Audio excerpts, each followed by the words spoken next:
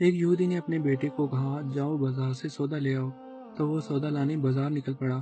لڑکا راستے سے گزر رہا تھا کہ اس کی نظر حضور صلی اللہ علیہ وسلم پر پڑی، اور حضور صلی اللہ علیہ وسلم کی نظر بھی اس لڑکے پر پڑی، اور وہ لڑکا وہیں بیٹھ گیا اور وہیں بیٹھا ہی رہ گیا، حتیٰ کہ کافی دیر ہو گئی۔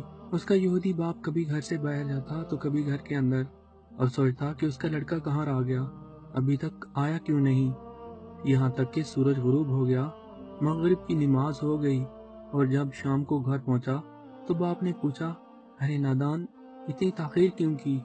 اس کا باپ بہت غصے سے بولا، تو بڑا نادان اور پاگل ہے، میں نے تجھے کہا تھا سودا لے کر جلدی گھر آنا، تم اتنی دیر کر کے آئے ہو اور وہ بھی خالی ہاتھ، سودا کہاں ہے؟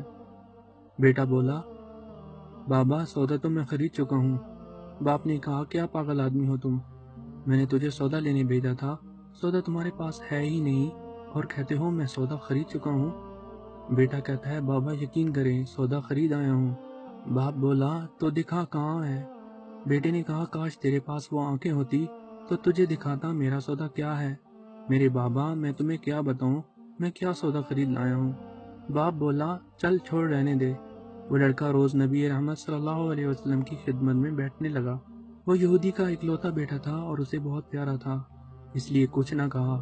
کچھ دنوں بعد لڑکا بہت بیمار ہو گیا، کافی دن بیمار رہا اور اتنا بیمار ہوا کہ کمزوری اتنی ہو گئی کہ کروٹ لینا مشکل ہو چکی تھی، حتیٰ کہ قریب المرگ ہو گیا۔ یہودی بہت پریشان ہوا، پھر بھاگا بھاگا حضور صلی اللہ علیہ وسلم کی برگاہ میں حاضر ہوا اور بولا، میں آپ کے پاس آیا ہوں، آپ تو جانتے ہی ہو میں یہودی ہوں، مجھے آپ سے کوئی اتفاق نہیں، مگر میرا لڑکا آپ کو دل دے گیا ہے اور قریب المرگ ہے، آپ کو دن رات یاد کر رہا ہے، کیا ممکن ہے آپ اس دشمن کے گھر آ کر اپنے عاشق کو ایک نظر دیکھنا پسند کریں گے؟ کیا یہ آرزو پوری ہو جائے گی کہ وہ مرنے سے پہلے آپ صلی اللہ علیہ وسلم کا دیدار کر لے؟ وہ کسی اور کی آرزو نہیں کر رہا۔ آپ صلی اللہ علیہ وسلم نے یہ نہیں فرمایا میں جاؤں گا یا نہیں جاؤں گا، آپ صلی اللہ علیہ وسلم نے فرمایا، ابو بکر اٹھو، عمر اٹھو، علی چلو چلیں، عثمان آؤ، باقی بھی جو سب ہیں چلیں، اپنے عاشق کا دیدار ہم بھی کریں اور اپنا دیدار اسے دیتے ہیں، آخری لمحہ ہے، آنکھیں بند کرنے سے پہلے اسے ہم کچھ دینا چاہتے ہیں، چلو چلتے ہیں۔ آپ صلی اللہ علیہ وسلم یہودی کے گھر پہنچے تو لڑکی کی آنکھیں بند تھیں۔ حضور صلی اللہ علیہ وسلم کا سراپا کرم ہی کرم ہے، لڑکی کی پیشانی پر آپ صلی اللہ علیہ وسلم نے اپنا دست اقدس رکھا، لڑکی کی آنکھیں کھل گئیں، جیسے زندگی لوٹ آئی ہو، جس میں طاقت آ گئی، ناتوانی میں جوانی آئی۔ آنکھیں کھولی، رخ مصطفیٰ صلی اللہ علیہ وسلم پر نظر پڑی، ہلکی سی چہرے پر مسکراہٹ آئی اور لب کھل گئے، مسکراہٹ پھیل گئی۔ حضور صلی اللہ علیہ وسلم نے فرمایا، بس اب کلمہ پڑھ لو۔ لڑکا اپنے باپ کا منہ تکنے لگا تو وہ یہودی بولا، میرا منہ کیا تکتا ہے، ابو القاسم محمد ابن عبداللہ جو کہتے ہیں کر لو۔ لڑکا بولا، یا رسول اللہ صلی اللہ علیہ وسلم، میرے پاس تو کچھ بھی نہیں۔ آپ صلی اللہ علیہ وسلم نے فرمایا، بس تم کلمہ پڑھو، میں جانوں اور جنت جانے، تم میرے ہو جاؤ، جنت بھی تو میری ہے، جنت میں لے جانا میرا کام ہے۔ لڑکے نے کلمہ پڑھا، جب اس کے منہ سے نکلا محمد رسول اللہ، روح باہر نکل گئی، کلمے کا نور اندر چلا گیا، آنکھیں بند ہوئی، لب خاموش ہوئے۔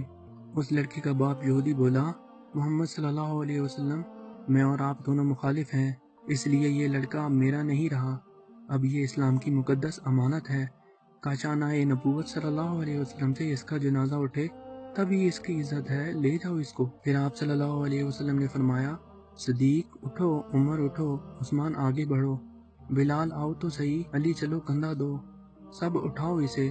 آقا صلی اللہ علیہ وسلم جب یہودی کے گھر سے نکلے تو یہ فرماتے جا رہے تھے، اس اللہ کا شکر ہے جس نے میرے صدقے سے اس بندے کو بخش دیا، اللہ اکبر، کیا مقام ہوگا اس عاشق کی میت کا جس کو علی، عثمان، ابو بکر صدیق، عمر بن خطاب، بلال حبشی رضی اللہ تعالیٰ عنہما جیسی مشہور شخصیت کندھا دے کر لے جا رہے ہوں اور آگے آگے محمد مصطفیٰ صلی اللہ علیہ وسلم ہوں۔ قبر تیار ہوئی، کفن پہنایا گیا، حضور صلی اللہ علیہ وسلم قبر کے اندر تشریف لے گئے، قبر میں کھڑے ہوئے اور کافی دیر تک کھڑے رہے اور پھر اپنے ہاتھوں سے اس عاشق کی میت کو اندر اتارا۔ آپ صلی اللہ علیہ وسلم قبر کے اندر پنجوں کے بل چل رہے تھے، مکمل پاؤں مبارک نہیں رکھ رہے تھے۔ کافی دیر کے بعد آپ صلی اللہ علیہ وسلم قبر سے باہر آئے تو چہرے پر تھوڑی زردی چھائی تھی، تھکن محسوس ہوئی۔ اللہ غنی، صحابہ پوچھتے ہیں، حضور صلی اللہ علیہ وسلم یہ کیا ماجرا ہے؟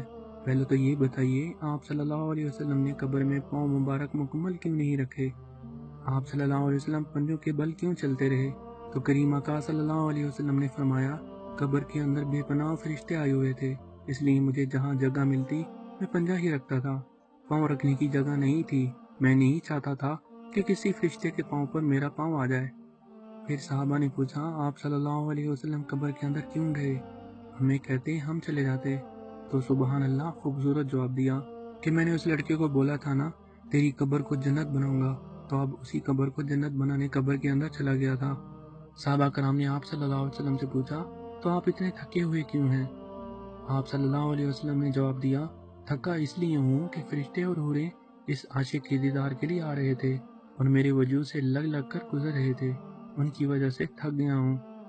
یہ واقعہ سنن ابو داؤد جلد 3 صفحہ 185 اور حدیث نمبر 3095 اور مسند احمد بن حنبل جلد 3 صفحہ 175 حدیث نمبر 12815 میں درج ہے۔